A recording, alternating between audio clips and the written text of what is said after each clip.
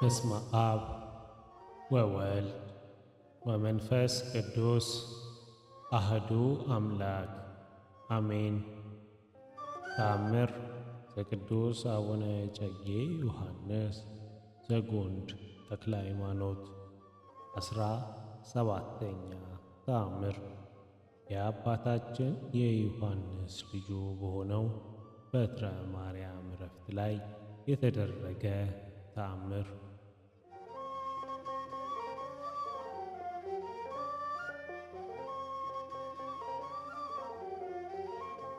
ጸሎቱና በረከቱ በሕዝበ ክርስቲያን ላይ ይሁንና አባታችን ዮሐንስ በእውነት ያደረገው ተአምር ይህ ነው።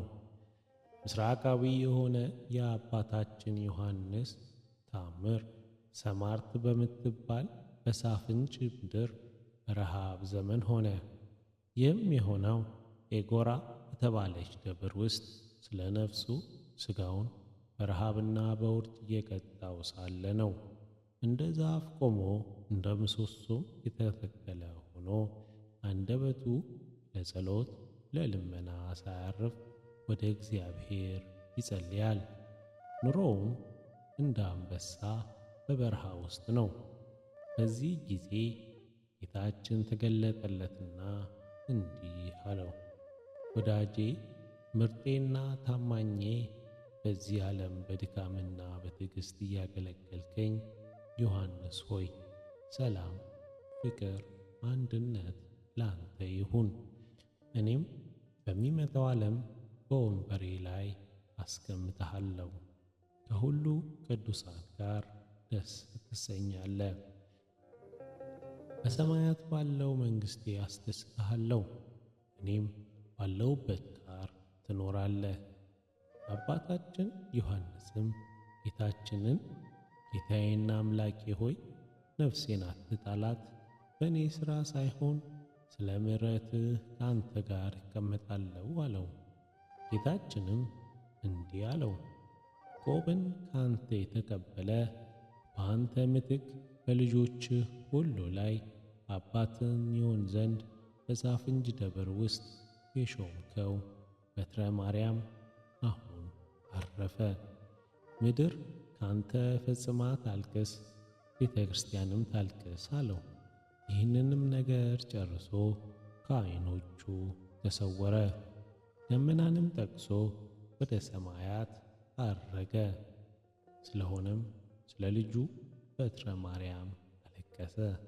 ጌታችንም እንዳዘዛት ምድር ከእርሱ ጋር አለቀሰች።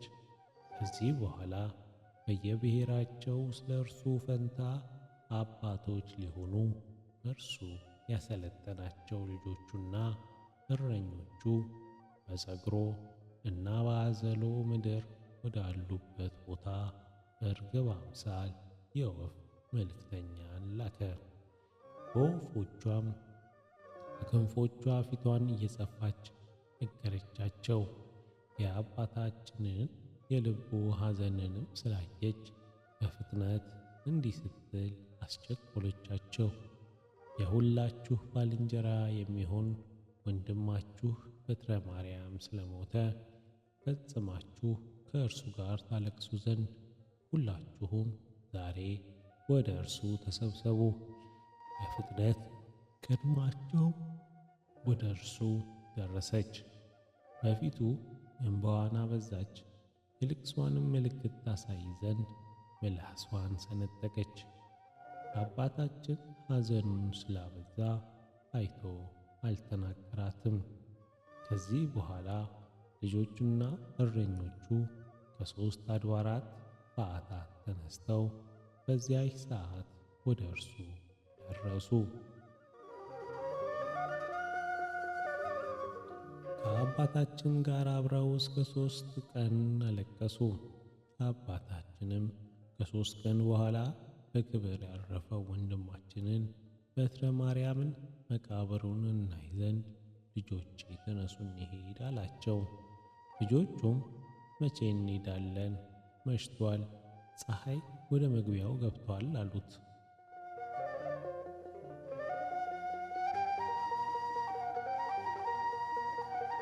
አባታችንም ፈቃዳችሁ ይሁን።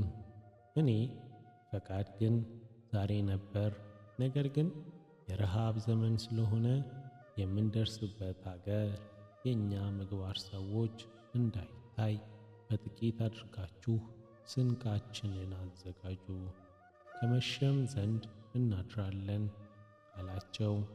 እነርሱም ይህንን ስንቅ ከየት እናገኛለን አሉት።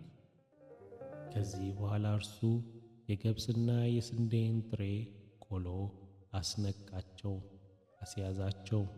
አባታችንም ራሱ በወርቅ መሶብ አንድ የስንዴ ዳቦና አንድ የገብስ ዳቦ አድርጎ አንድ ልጁን አስያዘው። በእርሱ ፈንታ በሀገሮች ሁሉ ውስጥ ልጆቹ ይተኩ ዘንድ ያሰለጠናቸው የሕዝብ አለቆችና የሀገር እረኞችም በቅሎዎቻቸው ላይ ይጫኑ ዘንድ አዘዛቸው። እርሱም እግሩ ግን በእግሩ ሄደ። አባታችንም በየቁጥሩ 20 በፊቱ 20 በኋላው 20 በቀኙ 20 በግራው ሆነው ተከተሉት። በቅሎዎችን የተጫኑትም ቁጥራቸው 80 ሆነ። በፊትና በኋላው በእግራቸው የሚሄዱ ሰዎች ቁጥር የላቸውም። አባታችንም በእግሩ ሲሄድ በበቅሎዎች የተጫኑት ደከሙ። በበቅሎቻቸውም ከብዙ ድካማቸው የተነሳ ውሃ ውሃ አሉ።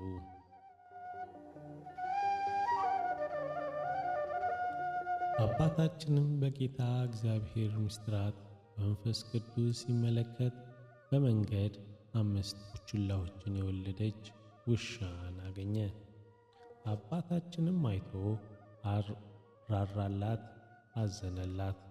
ሁሉስ ቸርነት የእግዚአብሔር አይደለምን? ቸርነትስ ለዚች ውሃ መስጠት ነው። ከዚያም በኋላ በውስጡ የስንዴና የገብስ ዳቦ ያለበት መሶበ ወርቅ የተሸከመው ልጁን ጠራው። በጠራውም ጊዜ ሮጦ ወደ እርሱ ቀረበ። ያን ጊዜም የገብስ ዳቦን ነስቶ ለዚያች ውሻ ሰጣትና እግዚአብሔር ሰጠሽ፣ እኔ አልሰጠውሽም አላት። በመንገድ የሚያልፉ ሳይነጥቆሽ አሁን ብዩ አላት። ባዘዛትም ጊዜ በልታ ጠገበች። አባታችንም ያን የገብስ ዳቦ እስከምትጨርስ በፊቷ ቆመላት።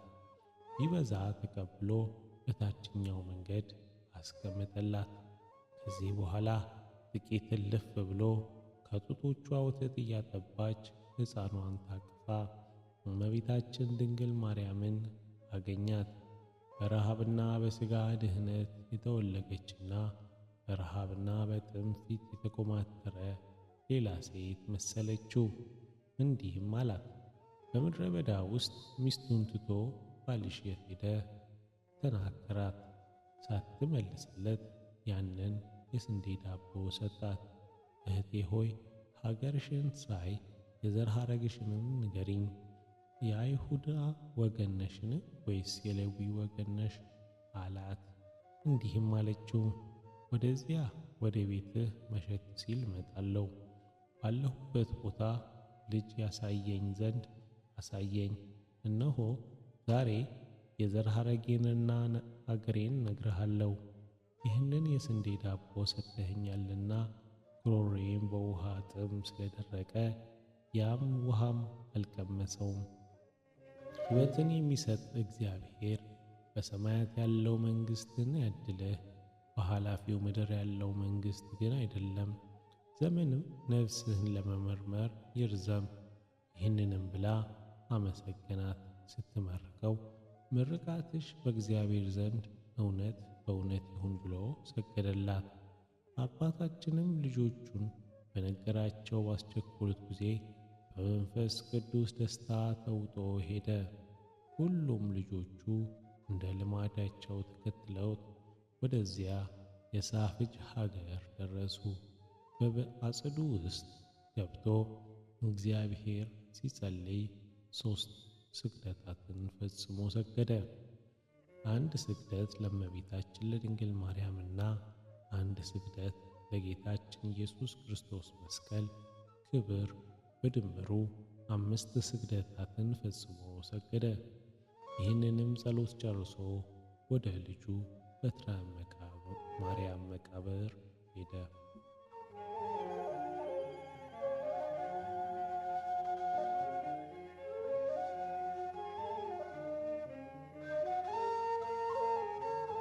ወደዚያም ደርሶ ጮኸ፣ አለቀሰ፣ እንዲህም እያለ ልጄ ሆይ የጉልምስናን ኃይል ሳትጨርስ ወዴት ወደ አምላክህ ሄድክ? እነሆ ልጄ በጸሎትህ ጥቀመኝ፣ አንተ ሰማያዊ ስትሆን እኔ መሬታዊ ሆኛለሁና። ከዚያም በኋላ ይህ ጸሎቱን ከአፉ ሳያቋርጥ መምጣቱን በሰሙ ጊዜ ልጆቹ መጡ። ስማቸውም በደብረ በግ አባ ሕፃን ሞዓና የምድር ጽላልሹ አባ ሂሩተ አምላክ ይባላሉ። በታላቅ ሐዘን የተገናኙት ወደ እነርሱም ደርሰው ና ወደ ቤታችን እንሂድ አሉት። መምጣትህንም ሰምተው ከአንተ ጋር እንግዶች የሆኑ እነዚህ የተባረኩ እንግዶች ማደሪያ ሳናውቅ የሸዋ ሰዎች ተሰበሰቡ። ከሌላ አገር በመጡ በሌሎች እንግዶች ሰዎች አገራችን ተጨናንቋልና። ይህንንም ተነጋግረው ከአባታቸው ጋር ወደ ቤቶቻቸው ሄዱ።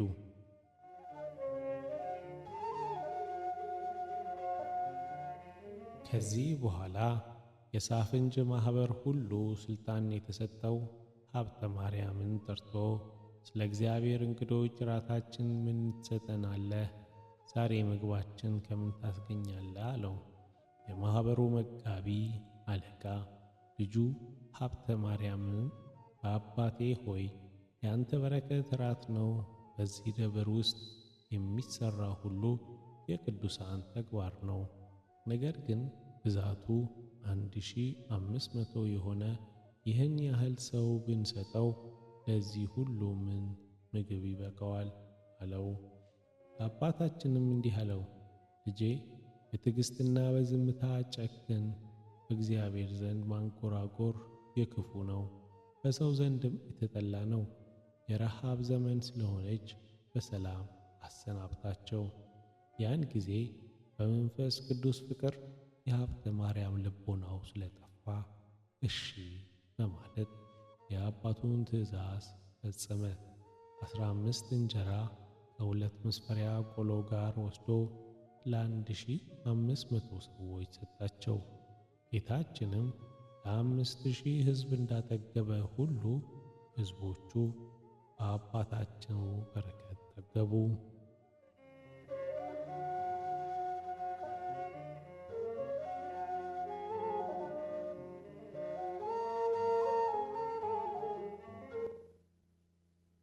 ከዚህ በኋላ አባታችን ከልጆቹ ጋር ሲጨዋወት እመቤታችን ቅድስት ድንግል ማርያም ሴትን መስላ በልጆቹ መካከል በገሃድ የታወቀች ሆና መጣች። እንዲህም አለችው፣ በጡቶቼ አሳደግኩህ። የጌታችን የኢየሱስ ክርስቶስ እናቱ የምሆን እኔ ድንግል ማርያም ነኝ። በልጅነት ጊዜ ወተትን ያጠባው ወዳጄ ሆይ ሰላም፣ ፍቅር፣ አንድነት ላንተ ይሁን። ይህንን በነገረችው ጊዜ ማጥዋቷን አስታወሰ። ያን ጊዜ ከመናገሯ የተነሳ ልቡን አጣ። ተነስቶም ከደስታው ብዛት የተነሳ እንደ ፈረስና እንደ በቅሎ በእግሮቿ እየወደቀ እየዘለለ ለክብሯ ሰገደላት። እርሱም እመቤቴ ሆይ ሰላምታ ላንቺ ይገባሻል። አንቺ ከሴቶች ተለይተሽ የተባረክሽ ነሽ። ከየት ተነስተሽ ወደዚህ መጣሽ?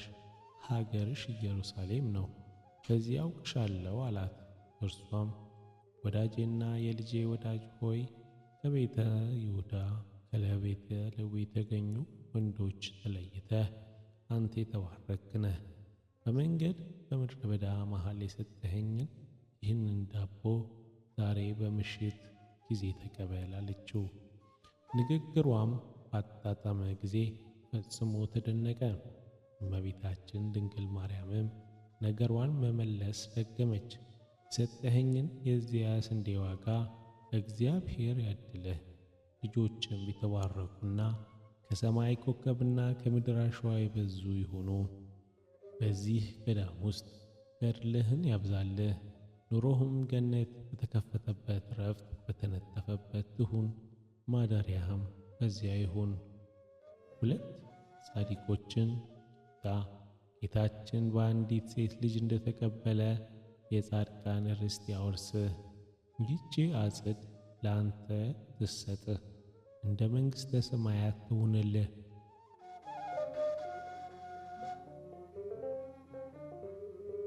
ሰማይና ምድር ሲያልፉ አትለፍብህ። ስለ አንተና ስለ ቸርነትህ ንጽሕናን ስለ መውደድህ ይህች አገርህ ሸዋ ብልሹ ከንቱ ሆና አትቀመጥ። የአባታችን ያችን ምድር አንስቶ ወደ እመቤታችን ድንግል ማርያም ቀርቦ በሰው ሁሉ ፊት በእጆቹ አስባረካት። እመቤታችን ማርያምም ያንቺን ምድር ባርካ ሰጠችው። አባታችንም ነገሯና ልብን የሚሰልብ እንደ እሳት ሕሊና የሚያነድ የፍቅሯ ጣፋጭነት እያደነቀ መቀመጫዎችን እንዲሰሩ ልጆቹን አዘዛቸው። የተከተሉትም ቁጥራቸው 500 ያህላል። መቀመጫዎችንም በሰሩ ጊዜ ቆርሶ የአንድ ዳቦ ክፍልፋዮችን ሰጣቸው። ያን ጊዜ በልተው ጠገቡ። እርስ በርሳቸውም የእግዚአብሔር ሥራ ፍጹም ነው፣ ተአምርን የሚሠራ አባታችን ዮሐንስ እጅ ያጠገበን ይህንን ዳቦ አያችሁን?